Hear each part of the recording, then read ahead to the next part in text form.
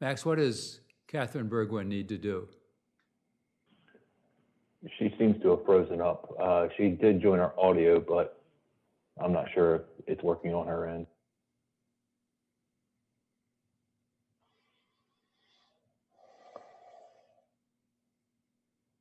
I'll call her. Okay. Max, let's give it one more minute, please.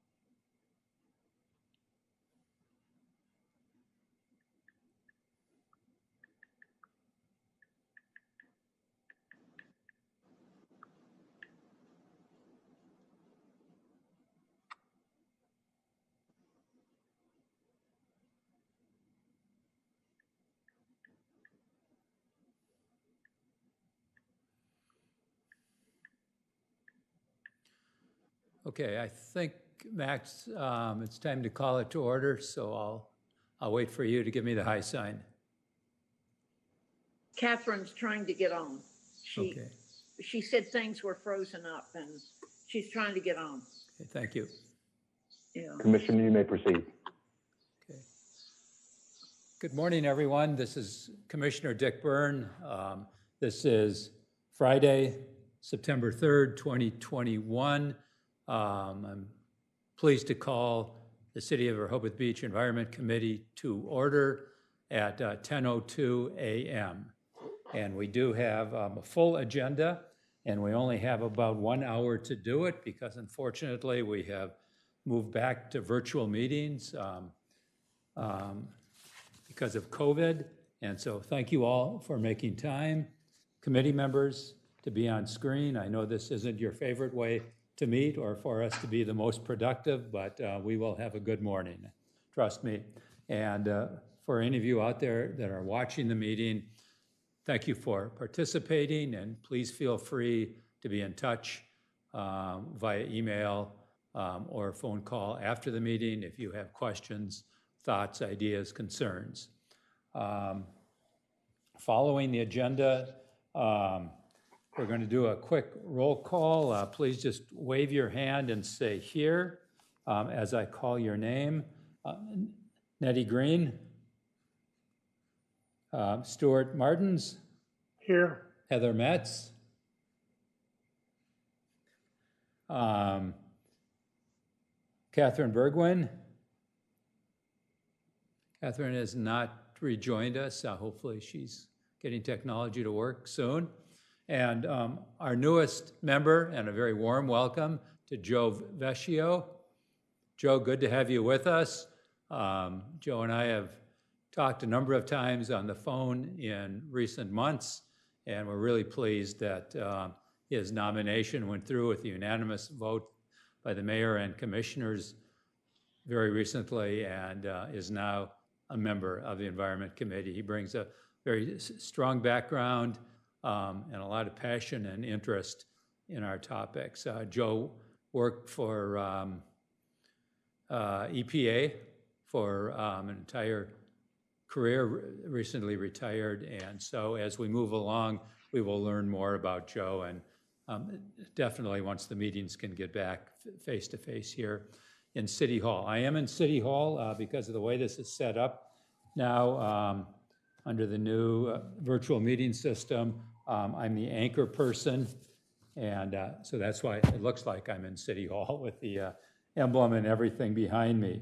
I want to move the agenda to an approval of the minutes from our last meeting, July 2, 2021. I want to thank Mary Peck for taking minutes in the absence of Catherine.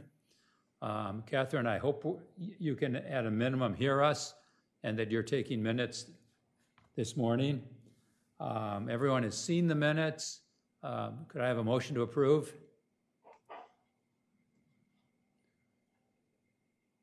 Nettie moves approval. Is there a second? Second. Stuart, thank you very much. Any discussion? Any comments on the minutes? Okay, all in favor, raise your hand and vote aye. Thank you. Anyone opposed to the minutes?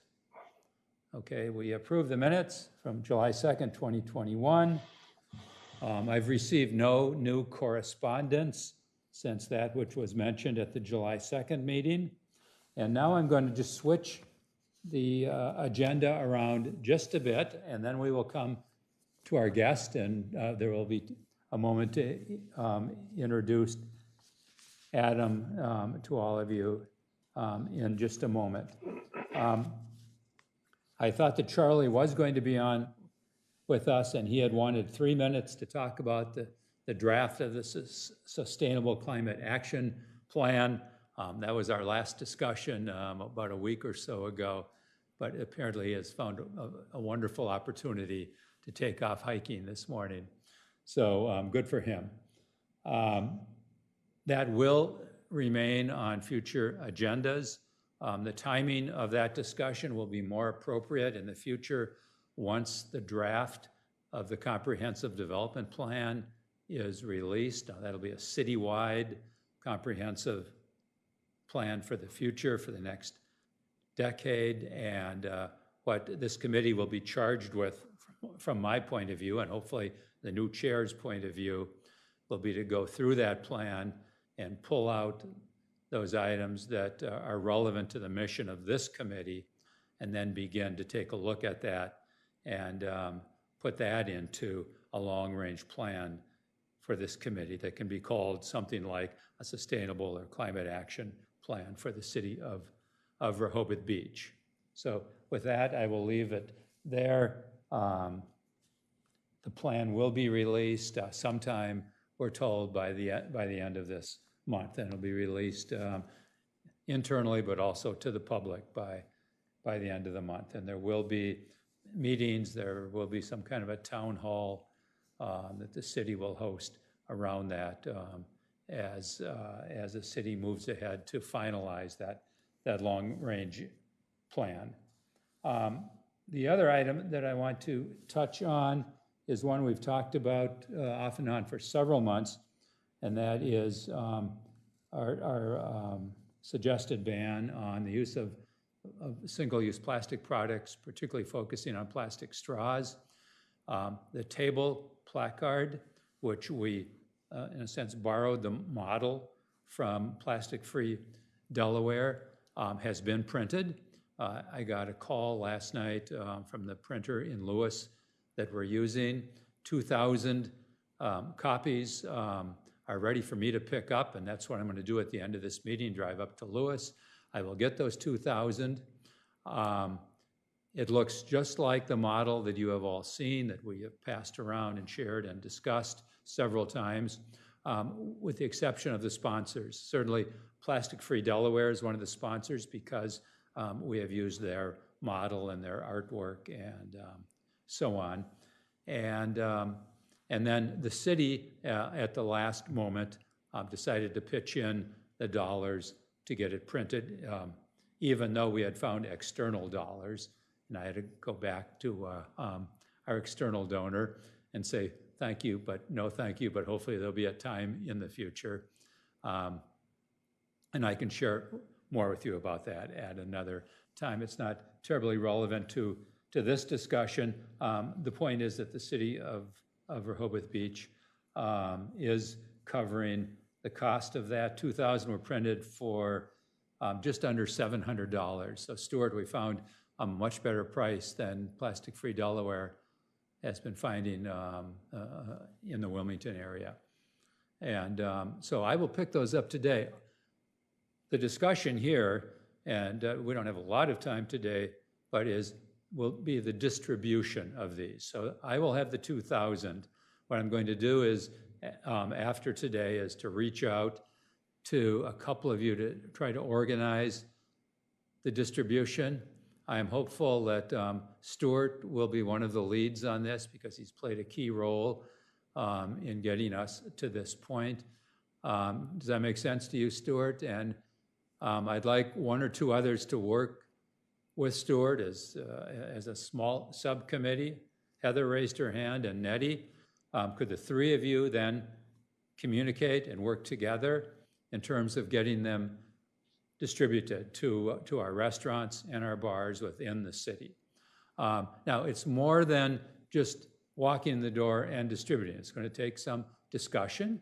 It's an educational endeavor, and we know that we have many of our restaurants that want to partner with us, that have already moved in this direction, are using alternative products, plant-based products, and so on, and are moving away from the single-use plastic products. But we have some that are not.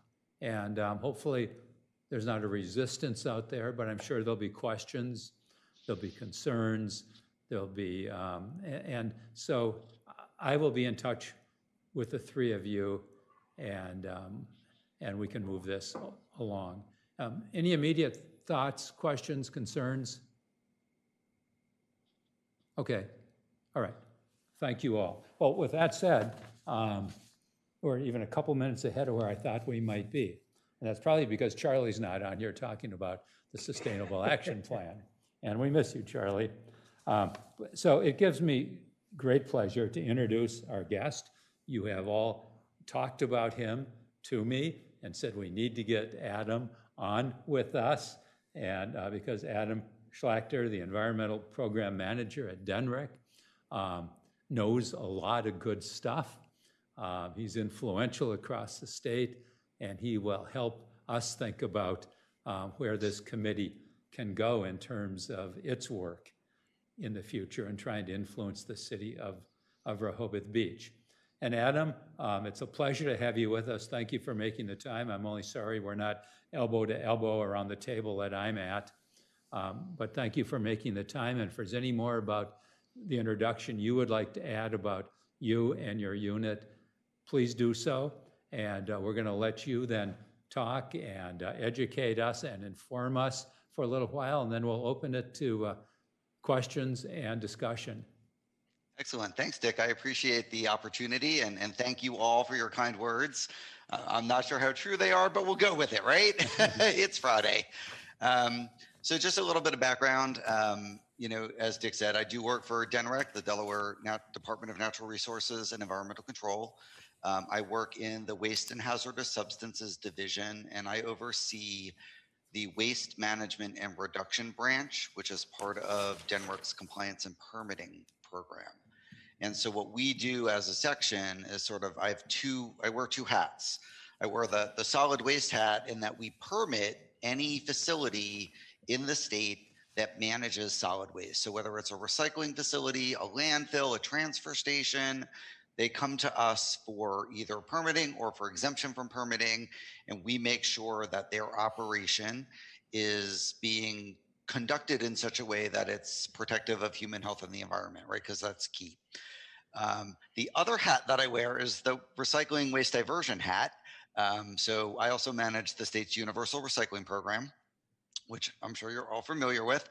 And so under that hat, we focus on sort of the education, the technical assistance around how we can maximize the recycling that we are doing, either through reduction in contamination, changing the process, looking at different ways to get material to the marketplace, also looking at ways to reduce what we're actually producing, because you'll hear me say this in all of my talks. If we don't make it, we don't have to manage it, right? So that's the easiest scenario. Let's just not make it. And then great, things are great. And as part of that, so we look at things like how we can encourage waste reduction or how we can help people manage the material that they are making in a better way. And then the final component of what we do here is we are the group that is tasked with the implementation of Delaware's plastic carryout bag ban that went into effect in 2019 and was recently amended in the 2021 legislative session. So in a nutshell, I'm all things waste. I'm Oscar the friendly garbage man, or Adam the friendly garbage man, not Oscar the grouch, right? Even though he's a cool dude. Because, you know, as Oscar likes to say, it's not garbage cannot, because he lives in a garbage can, right? So go Oscar. So I'm going to attempt to share my screen because I do have a little presentation that I put together. We'll see if this works. All right, so far so good. Yes. All right. Cool. All right, so recycling in Delaware. I kind of put together a 2021 update. For those who are new to recycling, we've been recycling in the state of Delaware for many, many, many years. In 2010, there was a fairly large initiative statewide, which was the passage of Delaware's universal recycling law. So what universal recycling did was it eliminated the deposit that we used to take on beverage containers. It turned that into a 3-year planned fee collection called the recycling fee, which was put into a fund that we, DNREC, then turned around and pushed back into the market to roll out a statewide program that provided recycling to every resident in the state of Delaware. And I'll qualify that by saying that around 80% of the state participates in a curbside program, and the other 20% has access to a network of drop-off facilities. So we have 100% coverage for recycling in the state, but not 100% curbside coverage. So it's a distinction I like to make because there's a difference in how recycling can happen. Some things are drop-off programs and some things are curbside programs. As part of that law, like I said, every resident in the state, if they pay for trash service, is required to have a recycling cart.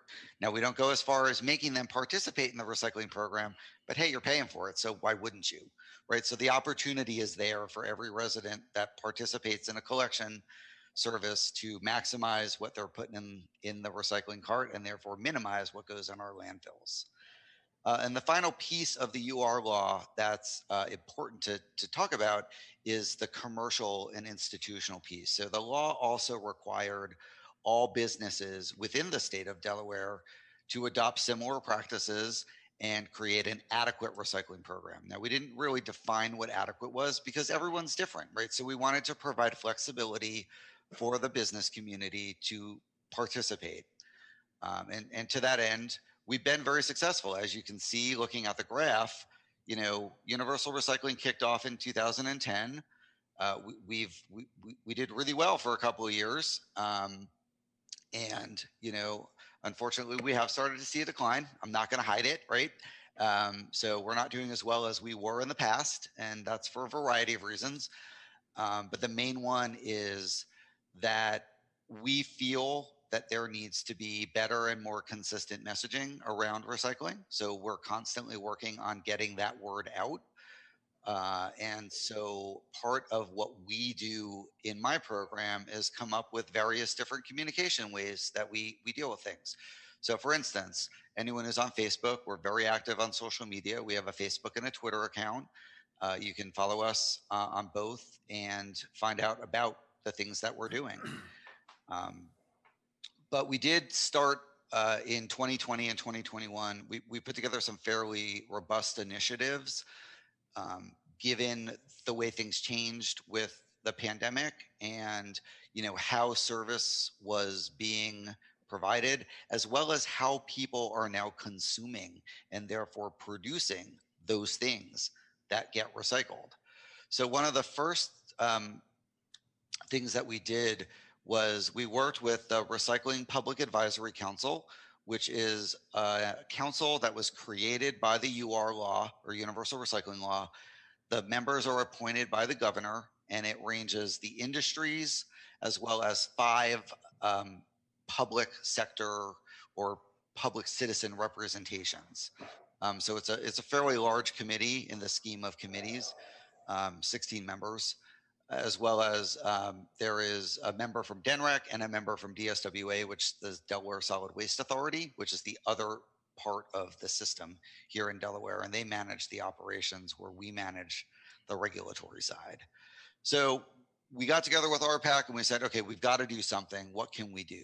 So we launched a program where we designed a sticker that was created to fit on the top of recycling carts throughout the state.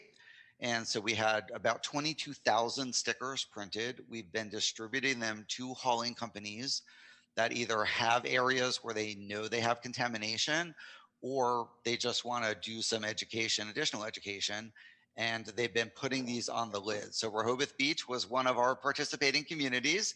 So thanks to Evan over in the city manager's office, we were able to connect your public works department, and we dropped off, I think it was 1,300 stickers to Public Works to be distributed on carts throughout Rehoboth Beach. So if you don't have a cart, you can get, or don't have a sticker, you can get one.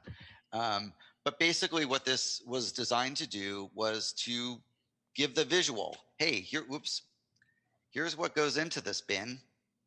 And if it's not on this picture, it goes in your trash cart, right? Should be right parked next door to your recycling cart. So we tried to make it easy. And one of the things you'll see on the bottom right-hand side, we sort of highlighted those things again, and I talked about drop-off programs, right? So not everything goes in the cart, right? Cart recycling or curbside collection of recycling was always designed for very specific items. It was never designed to be this catch-all, put everything in the cart, we'll manage it for you. Unfortunately, that's how it's evolved, but that was never what the intention was. So we tried to highlight those programs that we have consistent and statewide collection efforts on that are drop-off. So things like electronics. You could bring electronics to a variety of different retail stores throughout the state, Best Buy, Target, Walmart. In addition, DSWA has 6 drop-off locations for electronics. And when they do their drop-off events that are hosted at sites throughout the state, you can also bring electronics those days, and they're free of charge to get rid of. Same thing with styrofoam. There are several styrofoam drop-off centers throughout the state managed by Dart Container Corporation. They take it back, they recycle the styrofoam. Batteries, it's the same thing. So both alkaline batteries and rechargeable batteries have 2 different drop-off programs because they go to different places. And then finally, yard waste. We actually have a yard waste ban in Delaware, so we don't allow yard waste to be directly landfilled. And the reason for that is it's really not a good thing to put in the landfill because it causes leachate and it produces gas. And so the less of that we have to manage, the better off, the smoother the operation of the landfill is. And then, of course, plastic bags. So plastic bags have always been a drop-off program. We've never actually accepted them in the curbside program, which is one of the biggest education points we see all the time is please don't bag your recycling, keep it loose, empty, clean, and dry. That's our mantra. And so, you know, we want it in the cart open so that way we can make sure it gets to the marketplace. So we're assessing this program based on some changes that were made at Delaware Solid Waste Authority. So recently they have put in place a different measurement for contamination, and they provided each of the hauling companies with a baseline of what their recycling looked like when it came into the plant. Is it 10% contaminated? Is it 25% contaminated? Whatever the number was. And everyone's is unique and everyone's is different. And then that is what we're using to gauge the effectiveness of the stickers. So the stickers were they're being put on carts now for some of the bigger hauling companies. So that way they can start to see if this type of an education impacts, because it's right there, top of mind. You see it when you open the top. So hopefully it goes there, but we are looking to measure that to see if this works or not. The next initiative that we've been working really hard on is something we call Delaware's Recyclopedia. So One of the major discussion points we always hear from residents, from people who call us with questions is, oh my gosh, you're constantly changing the program. We don't know what to do. And so it's like, all right, well, we haven't actually changed the program since 2011 when we added cartons. Really, that's the only structural change that has ever been made to Delaware's universal recycling program since it launched. So to that end, we decided, okay, we needed a central location, a central repository of everything recycling. And so we've been working with a company that has helped us to design the Recyclopedia. As you can see, it is a pretty robust system. You click the picture and it gives you all the information you need. It also gives you solutions. So that way you know exactly what to do with it when you're done with it. And we've seen some pretty good adoption. We haven't done a really big marketing campaign on this because we are the first state level Recyclopedia that has been developed by the company we're working with. So we are using, we launched it on Earth Day, actually April 5th of this year, so Earth Month, as part of DNREC's Earth Day initiatives. We're seeing around 200 unique users each month, which is good because we're getting a lot of feedback on how we can improve it and the issues people are having. So that way we can change it and make it the best product for our customers. But the second part of the Recyclopedia launch is once we're confident that the system is good for now, right, and is able to be maximized by users, we are creating a widget, which is something that we're going to make available to municipalities, to anyone who has a web page that they want to put Recyclopedia on, as a way of driving people back to that one site for information. That way, you don't have to call your hauler, you don't have to call us, you don't have to call DSWA, you don't have to call your public works department, who may or may not know, because maybe they just never got that question before, right? So it's a designed to really help everybody make sure that the right information gets put out there. So we're battling against that. Wow, you've changed things, or oh my gosh, I had no idea. So we're hopeful that this will be a good solution because it's super easy. Just some of the really cool features. It is device adaptive. So it's what they call adaptive web technology. So regardless of how you access the information, whether it's on a computer screen, whether it's on your phone, on a tablet, it resizes and it shows everything you need to based on that. It's also driven by your location, meaning if you've got your location set on your desktop computer or on a laptop, or the location is on your phone for GPS, it will then reconfigure itself to show you the solutions that are closest to you. That way you can very easily get rid of whatever it is that you're looking to get rid of. And the final big piece of it, what we did was we said, okay, how do we differentiate these things so that people start getting used to understanding not everything goes in that curbside cart, because we need to move people away from the concept of, oh, just put it in the cart, we'll handle it. That doesn't work. So we basically color coded it. Green is good, so it's a go. Red is stop, no. And then interim, we have, yellow for drop off, purple for yard waste, and orange for things that are special handling, typically your household hazardous waste items. So those things should go to a drop off event or go to a specific drop off facility to be managed correctly. Again, bring bag campaign. So this was something that we've spent many years on. And I have this little video. We're going to see if it works. I don't know if it's going to, so bear with me.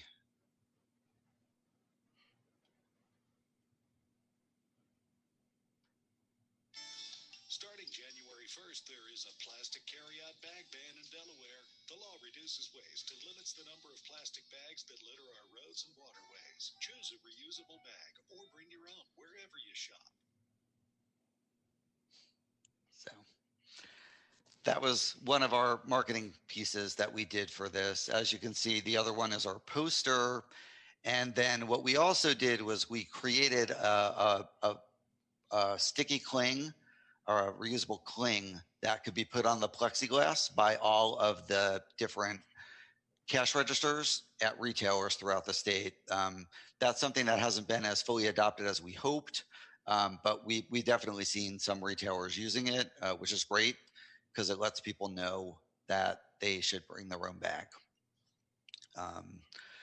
Some of the changes that came in 2021, and these were changes that were driven either legislatively by various legislators who sponsored the original bill and were sponsoring an amendment to the bill, or they were structural things that we presented as issues that needed to be solved.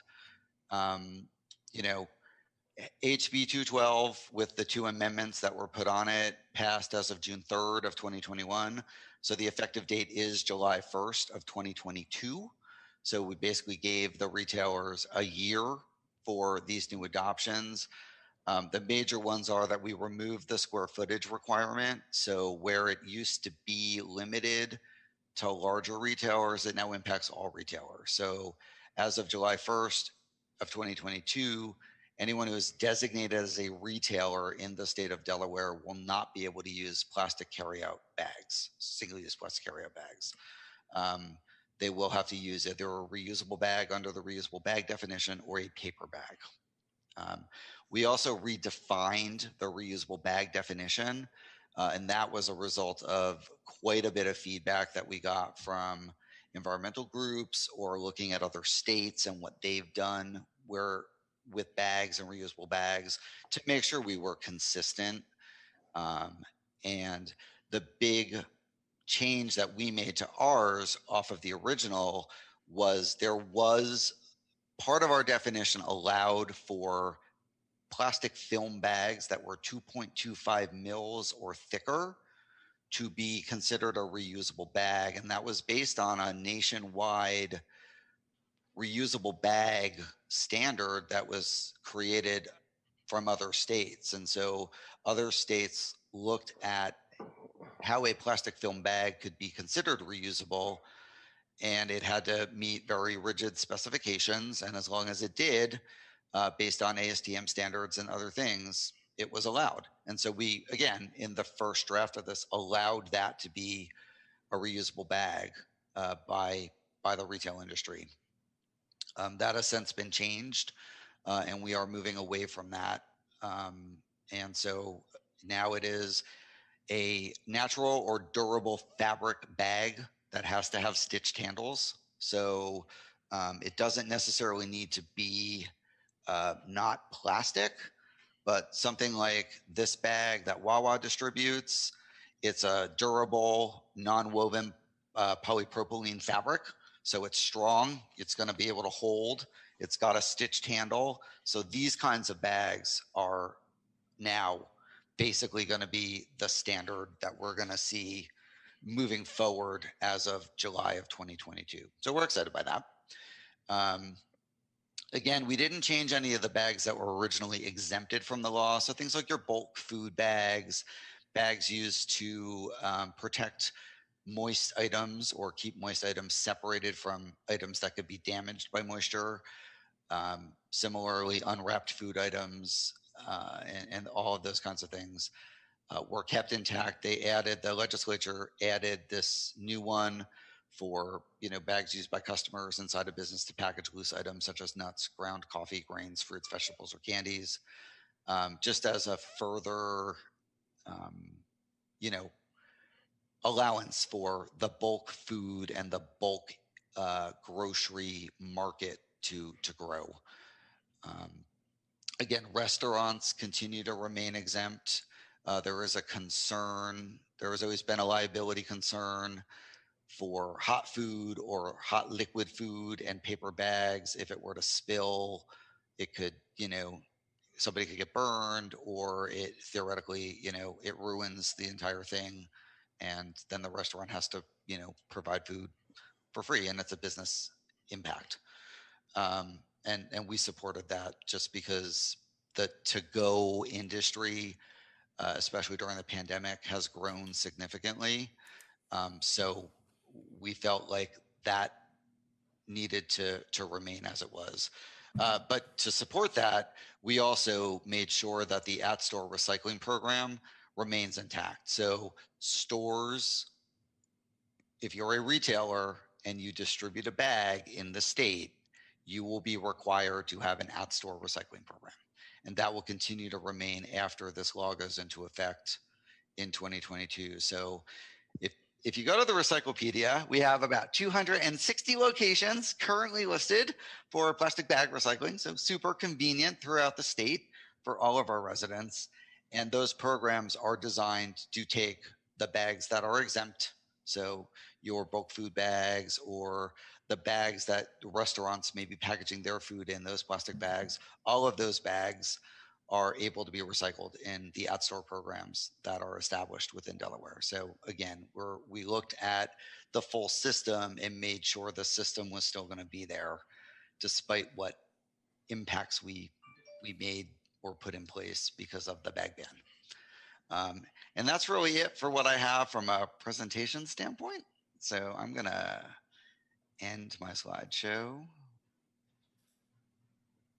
and go back to the big screen. Adam, thank you. Very informative. And I know we're going to have some good discussion. Let me ask a question first, because I thought of it early in your presentation.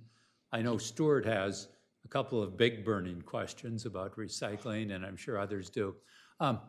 You had said when you were talking about trash pickup and recycling pickup that we're already paying for recycling. What does that mean? How are we already paying for it? So when you hire a hauler, and this may not necessarily specifically apply to the city of Rehoboth Beach and how you're structured, but if I were to call up Waste Management Incorporated as a single family homeowner in the state of Delaware, and I just picked them because they're the biggest hauler in our state. There's nothing with Waste Management, no endorsement or anything. When I call them up and say, hey, come to my house in Felton, I need a cart, I need service, they will provide me a trash cart and a recycling cart and a schedule of pickup. And when I pay them on a quarterly or monthly basis, I'm paying a single bill that includes 100% of the cost of service that I'm paying. So we don't break out, or we've never required the hauler to break out the cost of recycling. We have required that they have one charge for solid waste services. And the reason for that is because early on, when this was first moving out, there was a concern that if we line itemed the bill, it would allow the customer to perhaps decide they didn't want to pay a portion of the bill, which would have then impacted the hauler's ability financially to manage the program. So this was put in place the way that it was to avoid that issue. And that's why I say, while we make sure that you, the resident, have a recycling cart, the state does not go as far as to require you, the resident, to use that cart. But again, you're paying for it, so why wouldn't you? Mm-hmm. Okay, thank you. Yeah, good. Can I say good something explanation. on that? Sure. Actually, I called because I'm a single woman. I generate very little trash and very little recycling. I did call Waste Management, and they reduced my bill a little bit, but the amount, I could probably go an entire month without, more than a month, without filling up those cans. And me too. Though I do put my recycling out every week. Somebody suggested that perhaps the haulers make different size cans and offer that to people as a way of not just reducing my bill, probably more significantly reducing the amount of trash. Yeah, and recycling. And Catherine, thank you for that, because that is something that we have discussed. So we call that system pay as you throw, and it basically is a variable rate on the solid waste portion of a customer's bill. Typically in a standard pay as you throw system, all customers get the same size recycling container, which is usually 64 or 96 gallons. And the goal is maximize what goes in that cart so that you can reduce what actually goes in your trash cart. And then, yes, for someone who's a single person like you or myself, we wouldn't pay as much as that family of 5 that lives across the street that fills up 3 garbage cans and 2 recycling carts every week. So you're considering that? Well, we've been discussing it. There is some question about where that should go. Meaning, is that something that counties should do as part of planning and zoning? Does it need to be regulated or mandated at the state level?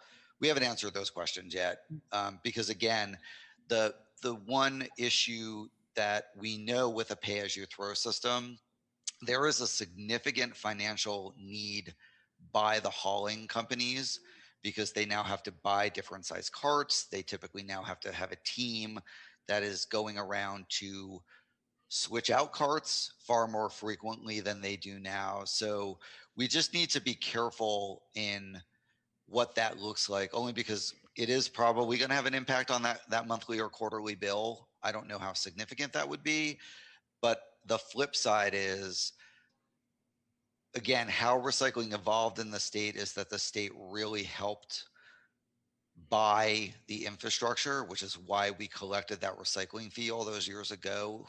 And that money was funneled back into buying carts and buying dumpsters and buying trucks and buying all of the things that our hauling community needed.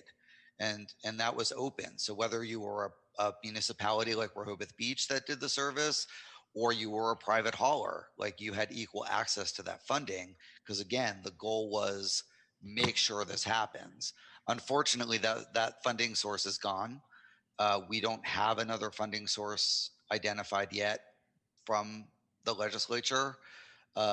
So we have to just be careful how we look at that, because again, we want to make sure that were it to be something that we, the state, decided was a policy decision, that we've thought through all of the implications of what that means, because they're varied. Yeah, it seems like such a simple solution, but there's so many Adam, have any other involved. states, done something like this successfully? So Michigan actually has statewide pay-as-you-throw. So every municipality and or private hauler in the state of Michigan offers pay-as-you-throw to the communities. That's the only state level program, but lots of municipal programs have changed to pay-as-you-throw because it allows them to manage their infrastructure better.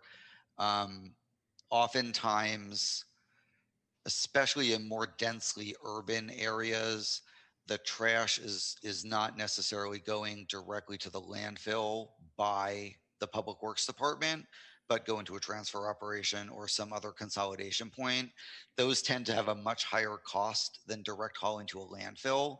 And so it's a way to control and mitigate costs from the government perspective, right? So if you could push people down and reduce the overall disposal cost, then that translates into reduced transportation costs, reduced personnel costs, and all of those things. So at the end of the day, it comes down to money, either the money you have to charge or the money the customer has to pay.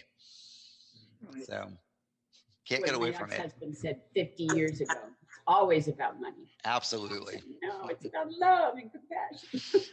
Those things can be part of the equation, but at the end of the day. I'd like to go to Stuart's kind of big question that he raised in an email. He's mentioned it before in the committee, raised it in an email to me and Adam late yesterday. And then that may lay the groundwork for a lot more discussion. Yeah, what Dick's referring to is San Francisco has an ordinance, and it's fairly new. This is a new one. It's only about a year old. But I was living in that area of California when they passed the bag ban, I don't know, 10 years ago, 12 years ago, and eliminated plastic bags. Their newer legislation is based on the pandemic, but to the point that's in that article, Dick and Adam, you have it too. It's monetized. It's 25 cents minimum, even though they've allowed plastic bags, single-use plastic bags back in for temporarily.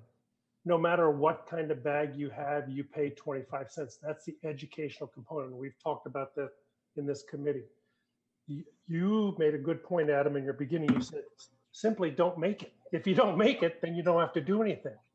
And we've been trying for 2 years just to eliminate plastic straws and plastic bags. We thought it was really simple, but there's no desire on the part of the commission to do this. They made a voluntary thing for plastic straws, which is going to go into effect next year. So I'm going to propose that we probably should make a voluntary parking meters in Rehoboth. I mean, people should park in Rehoboth if they want to. They can pay to park. But that is the exact same thing that's going on here. When you have 25 cents, it's an educational component to everybody, no matter if you're rich or poor, single, whatever. You're not going to pay 25 cents. And it used to be 10 cents in San Francisco, and they raised it to a quarter because 10 cents wasn't enough of an educational tool. And I've referred back and forth to this many, many times. I was in the automobile industry many years ago, and the government mandated all manufacturers must put seatbelts in cars. So it cost them several $100s per car to put seatbelts in. Nobody used them because they weren't required to. There was no penalty for it. All of a sudden they said, well, if you don't start using your seatbelts, you're going to get a warning. Nobody used seatbelts. Oh, we're going to start giving you a ticket. Oh, we're going to start a public campaign for several years. Now, all of a sudden, most people wear seatbelts. It's the exact same thing. The public is gullible, and our public is visitors. The ocean, and we're just see this week with the devastation that's happened on our coastline and up and down the coast here. The ocean and the beach is all Rehoboth has. You can say what you want. That's all we have. We can't keep lollygagging about this stuff. We have to have somebody, and Dick, you're accepted in this because you have been a proponent for us for 2 years, but the commission, there is no stomach from the commissioners to do this, to make a voluntary thing. It's to act like we are environmentally conscious. We are not environmentally conscious. And the storms are devastating. Lives are being lost at a record clip, and it is going to go way up, way faster than anybody wants to admit. So, Adam, I'd like to have you address these things. I mean, do the plastic bags mess up the machinery? Is it possible to, and I know you and I talked about this, the legislature last session didn't have the stomach to monetize this. Here again, there is proof already all over in other parts of the country where it works. It is the educational pieces. Can you address that? I mean, I can go as far as to say that it has definitely been a discussion point within the legislature. They have never been supportive of doing a statewide bag fee. Did they say why? Not that I've been told. I can tell you that there has been reports written and things provided that talk about the very things that you brought up in terms of how they're effective, why would we want to do this, and what it could look like for the state were we to do it. But again, unfortunately, I am not privy to the reasons why the ultimate decision was made to not support a fee. But it definitely is a tool that has been shown to be effective. If we had somebody that was a business person on these committees or fighting for business, which is, I think, hurting, 25 cents goes to the business. So it's right now, if they're giving paper bags, it's an expense. Mm-hmm. If they're required to charge 25 cents, they're making a revenue stream. They're making a revenue stream that would support them. Or if somebody's going to buy a bag, a reusable bag, the retailer makes that income as well. It's a win-win for business. And I thought we were trying to support small business. So what I will say is that the law stands silent on what and how retailers can charge. So retailers are absolutely allowed to charge a fee, whatever they want for those bags. And it is not something that the state has any input on. So to your point, there is absolutely nothing stopping any retailer, small or large, in the state of Delaware from assessing a fee to either offset, cover, be another revenue source for those businesses. The law does not provide or speak to that other than you can do it. So, you know, that was the, I'll say, support to that concept that the law was written to provide. There is a small retailer a block from where I am, and I go there often, and they are charging 25 cents a bag, and they're using your sticker, by the way, on the plexiglass. Yay. And they are very successful. They are getting no pushback whatsoever when they tell the person why they're doing it. The person totally understands, and they pay the quarter, or the next time they come in with a bag. So it's been, at least from this one retailer, very successful. And I can speak to my past life. I worked in a city that had a bag ban on plastic, fee on paper, and pushed for recycling. And the way that it worked is that 80% of the fee came into the city. So the retailers kept 20% of the fee for administrative costs, but 80% was provided back. And we were mandated to use that money to provide reusable bags within the community. So the whole point was, at some point, if we did it correctly, no citizen would be assessed a fee because they would have had access to all the bags they needed. And at the end of it, the only people that theoretically were going to be paying the fee would have been tourists in the city or people that forgot their bag that one time and needed it, right? So to your point, you pay $1 because you have 10 bags of groceries that you have to pay for. You're going to remember your bags the next time, right? Yes, you It are. is that behavior change reinforcement. So again, variety of ways to do it. In our case, there is nothing stopping any retailer in Delaware from charging a fee. You know, either as a way to mitigate the cost of that paper bag or that reusable bag or whatever it is they're selling, giving away, you know, whatever their design is on that. So Is there Can I ask anything, is there anything ask a quick stopping question? our commissioners from mandating it? So that's a great question, and I'd have to go back to our lawyers to see, because there was language in the original legislation that I think preempted any other government agency from doing something. I have to see if that is still an active part of the law. You know, we've been operating under this statewide perspective. So I'll have to come back to you with that because I'm not 100% sure if that language is still there or not. Thanks, Adam. Did we And know thanks, that? Stuart. Let's go to Catherine. Did we know as a committee that the law did not make it impossible for retailers to charge for bags? Did we know that? I don't feel like I knew that. I felt like there was that we couldn't educate our retailers about that. Anybody else feel that way? Well, we now know. Catherine, I think in the old law, the original law that happened a year and a half ago, Dick had mentioned it to us that that Rehoboth Beach couldn't do anything, especially to smaller retailers. So let me take a step back. So what it was that the old version of the law didn't allow Rehoboth Beach to charge a separate fee, but the original law always allowed retailers to charge a fee.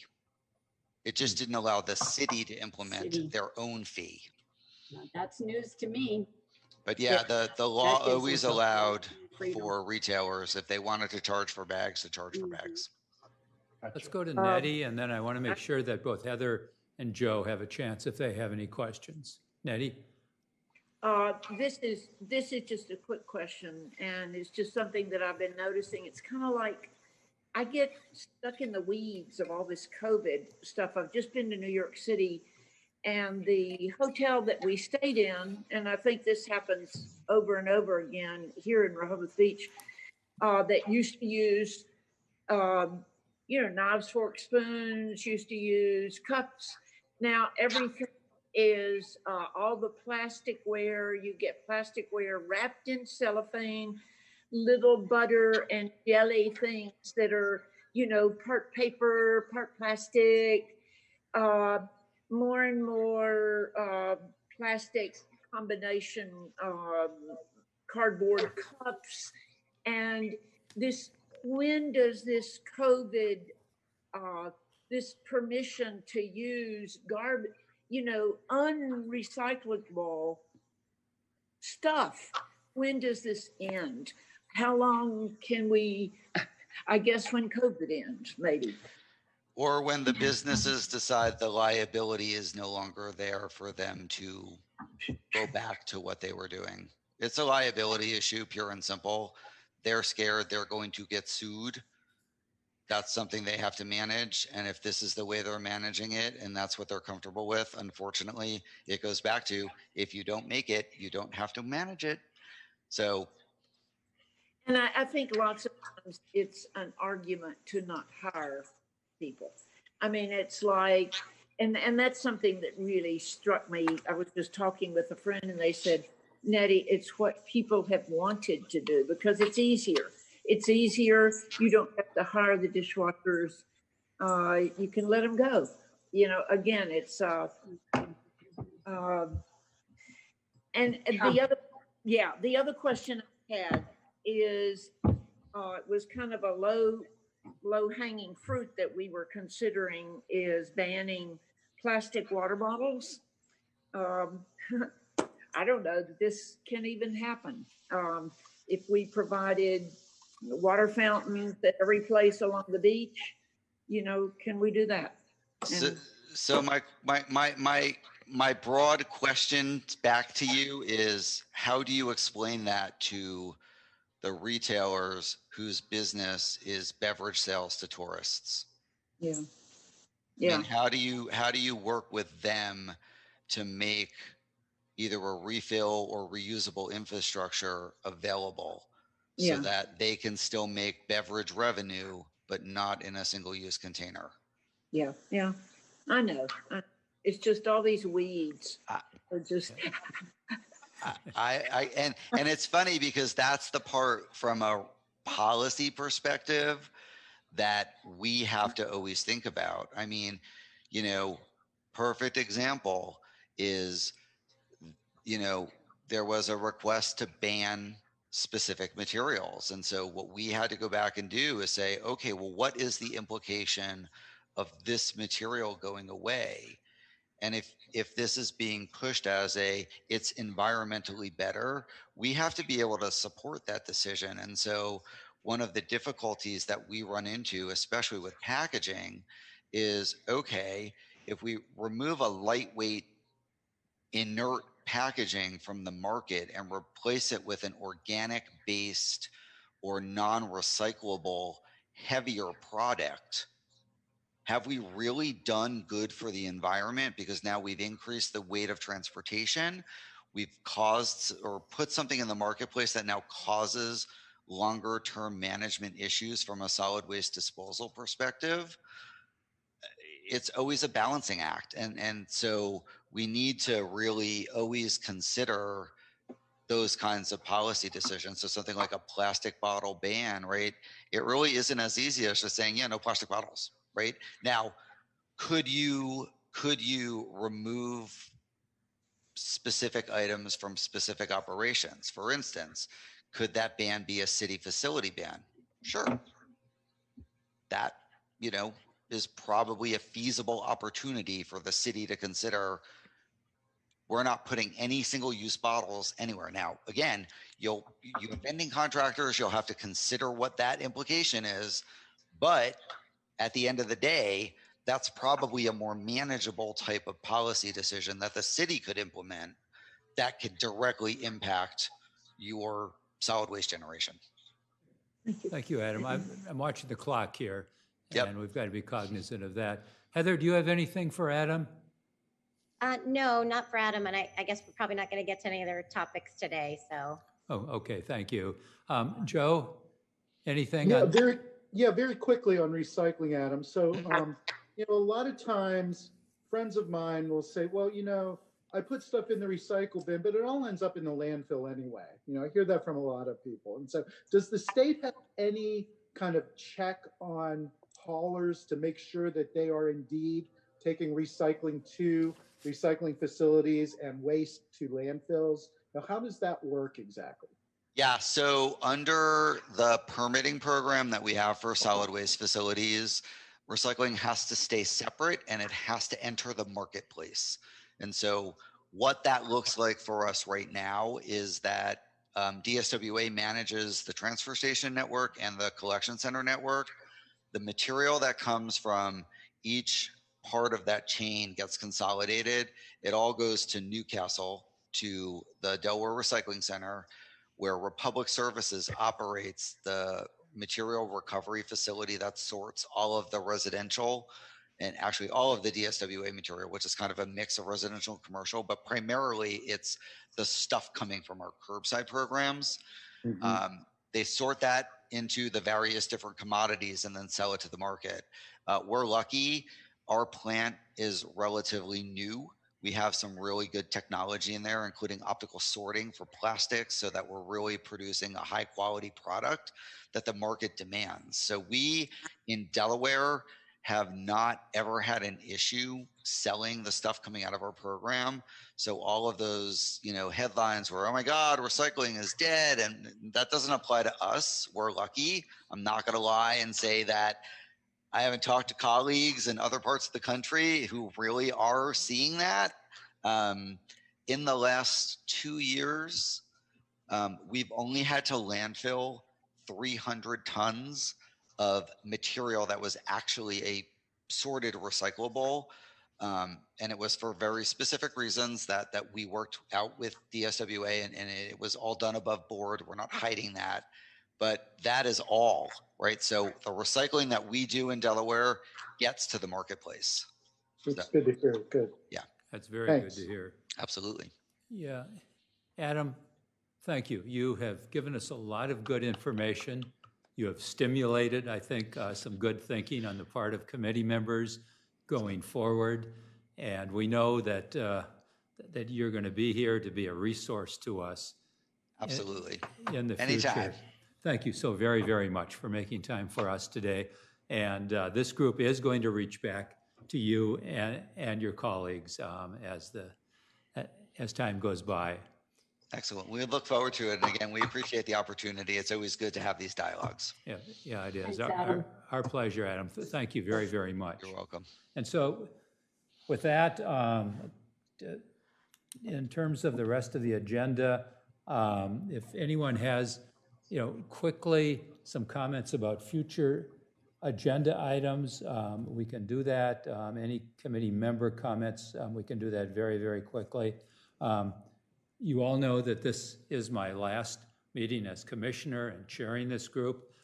Wasn't what I had hoped for. It may not be what you had hoped for, but I'm doing all I can to ensure that this committee continues in the city. I don't have to, I'm preaching to the choir when I talk to you about the importance of this, and I have been talking to the city manager and the mayor and fellow commissioners about how critical it is in the city of Rehoboth Beach that the mission of this committee continue to drive this committee's work. And so with that said, hopefully we can continue, you can continue on the same meeting schedule, and that within the next month before the October meeting time, that a new chair will be named and approved by the commissioners. And so I am a commissioner until the 17th of this month. So individually, if you'd like, feel free to reach out, share comments, thoughts, ideas going forward. I will make sure that those get passed along to the next chair. And I will be as supportive as I can in trying to make this a seamless process going forward so that the work can continue. Comments, Stuart? Yeah, Dick, you have been a huge inspiration to us and a wonderful mentor. And I just can't thank you enough for everything you've done to even have the idea of forming this committee and guiding us and leading us into the difficult bureaucracy of politics. Yeah. So we are very grateful to have had somebody with your skills and your passion to help us. Thank you, Stuart. Well said. And patience. Thank you. Well, you know, Thank you. it takes a team to go forward, and we've had a wonderful team for these last two plus years, and we've had some great dialogue. I think the base is laid for this committee to really do some wonderful, impactful work going ahead. And I'm not going anywhere. I'm going to be an active citizen in this community, a neighbor to all of you, a friend to all of you, and I will be here to support this work. With that said, I'm looking at the clock. Our IT friends upstairs have been very supportive today, and I want to make sure that we can wrap this up quickly because we owe a lot to the IT group that is supporting this effort today and to help make this meeting happen. Catherine, thank you for taking minutes again today. I've noticed that you've been hardworking there. If you're able to get those to me by the 15th or 16th of this month, that would be very, very helpful. By when? I'm sorry, I'm having trouble hearing you. By Okay. when? If you could get the draft minutes to me by the 15th of this Sure. month, that would be very, very helpful so that I can pass it along appropriately and make sure that things can continue, like I said, as seamlessly as possible. And with that, we need to wrap it up. And so can I hear a motion to adjourn? So moved. Okay, a second. Second. Thank you all. So we are adjourning this at 11:06. Thank you all. Keep up the great work. Take good care. Bye-bye. Thanks, Dick.